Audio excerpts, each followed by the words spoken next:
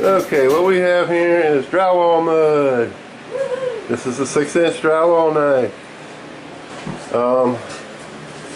This is a 12-inch drywall knife. You can use a 4-inch drywall knife to do what they call tape.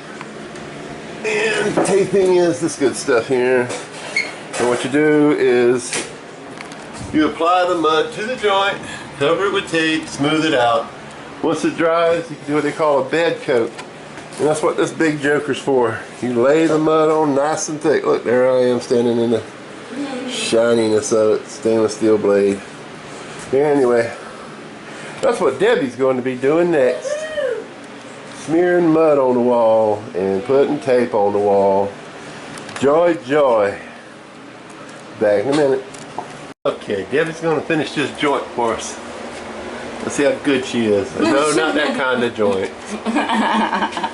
See, you can't make me laugh when I'm going to do this. You can do it. Alright. I'm going to do my song. I want to get it up in there. It's good. You have to put a little bit more on there. Yeah. Yeah. I need some more on my mouth.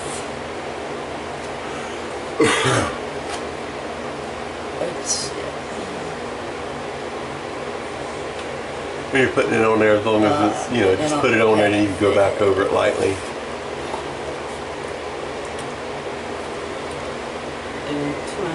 You look like Ricky Steamboat when he was doing his gym.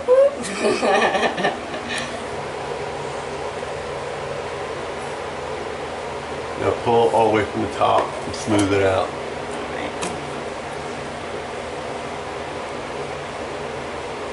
You got to do it again. I will. I was just getting it. More on there. Yeah. You don't need no more. Just pull that from the top. Wipe it off, right? Yeah. Put more pressure on the right side because there's a big clump right there. Don't wipe it all off. Just press it down. Yeah, like that.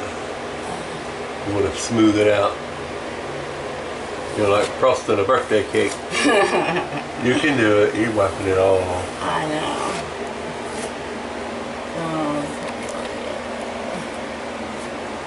I get nervous. I'll tell you what. Put a little bit on it and just go up the middle. What? Go up the middle. You don't have any on the bottom. I know. That's heavy, right? I guess I don't like it. I'll put some on it. Just do the bottom. Just do the bottom. Yeah. Like that, yeah. Even it out. You still get a little heavy there. Oh, I know. I am a little bit heavy. Yeah, I don't want to put this on. Okay. And then we have the tape already pre-cut here. And put that over the seam. I know, darling. I just don't like doing this on camera. Oh, you'll be alright. Looks good. Looks good. Alright, doing how I showed you, smooth down the sides.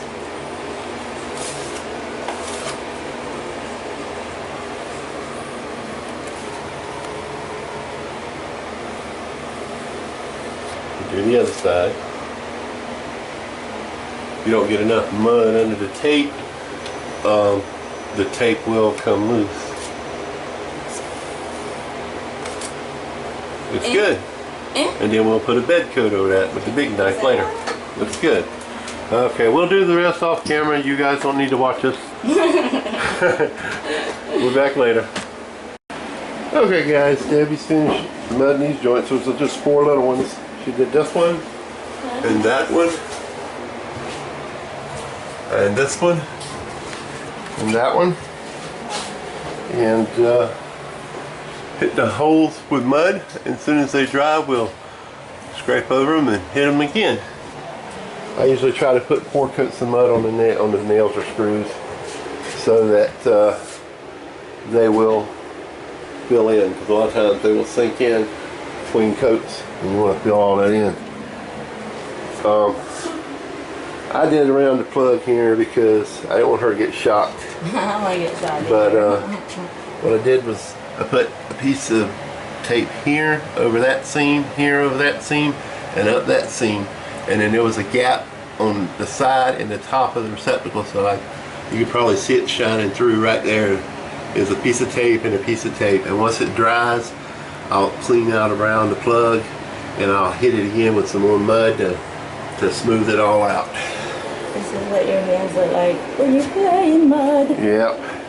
Now, I'll show you a little trick that a lot of sheetrockers will tell you is crazy, but when they're working with their tools, simply by dragging their knives, and just drag it, flip it, drag it, flip it, drag it, flip it, that blade right there becomes sharp as a razor. This particular blade is kind of new, it's not that old, plus I've worked on it because it's had a few dings in it in the past, but it's a good blade, it's stainless steel. But yeah, you can just you can see the angle it's at.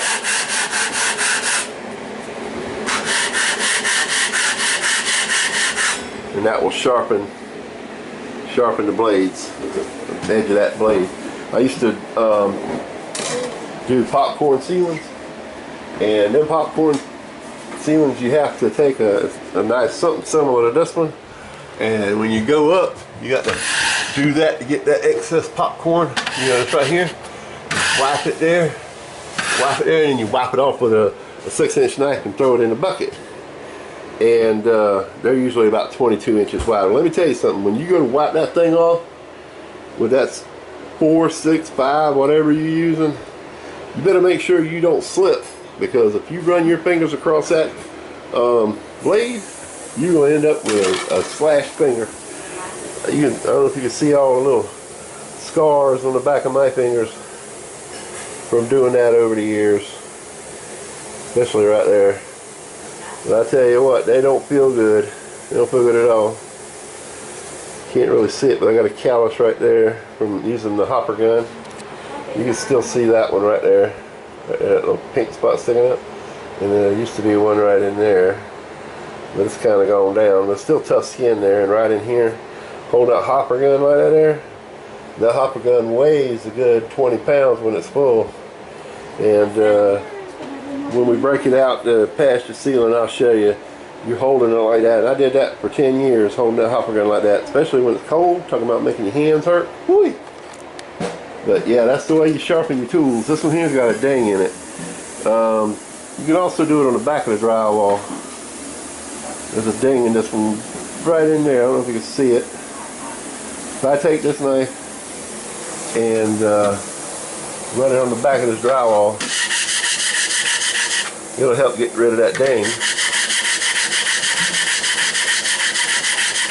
and it will sharpen the knife. This knife is sharp. This sucker here you could fillet a fish with, but it's got a ding in it. Now you can see the corners are wore off from years of use. This here in particular knife is probably 20, 25 years old.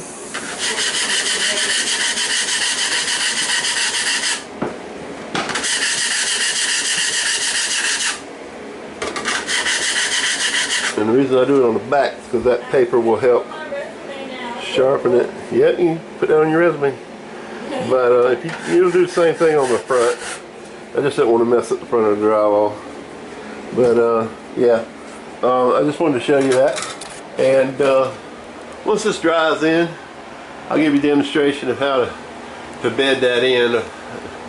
I'll probably do one, take a break, do another, take a break. I can't do much anymore. The way my back is, I can't hardly hold myself up right now, holding on to this end. But apparently we got a leak in the window. See a little bit of wood damage right here and here. I built this window frame, by the way. I don't know if you can tell, this is made out of plywood. This particular plywood we got for $10 a sheet because it was in a warehouse fire. And this piece of plywood here, there's a piece on the inside of there.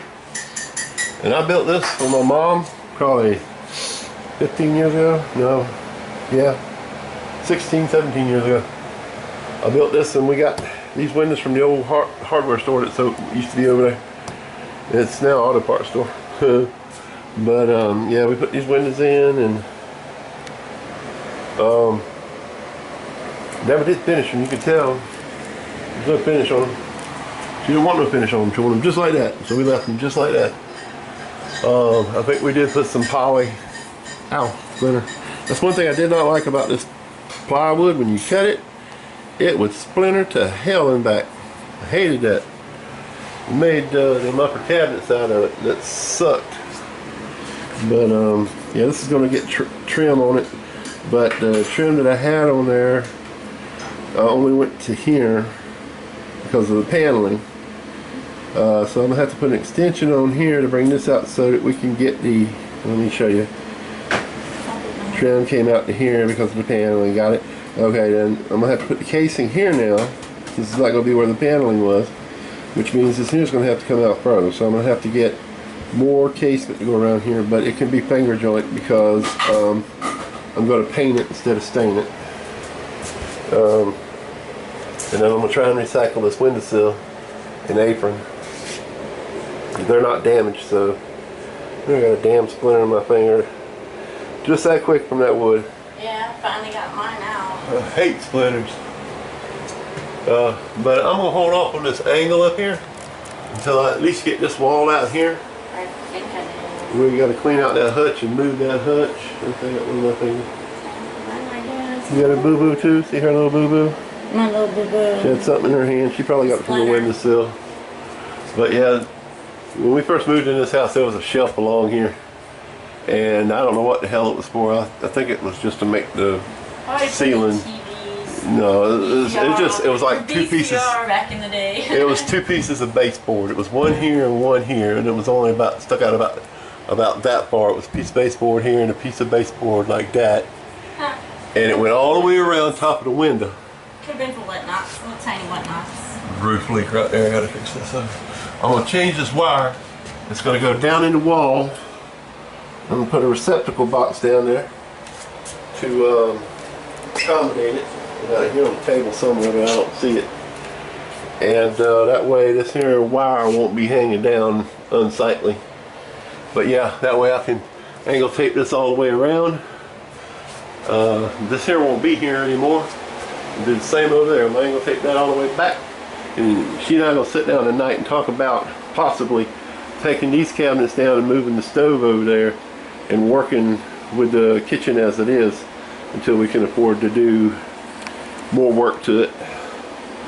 Well, I'll let you guys go. I hope you enjoyed this little video. Hey, look, it's a Bob Nerdin clock. Hey, Bob. Yeah, Debbie loves her clock. But yeah, tell you what, when this here insulation was out of these walls, it was hot in here. Today we got the insulation in, it was a lot cooler, but the sun coming in this window here, if you were standing here, would cook you. Yes sir, it would cook you like a turkey on Thanksgiving Day.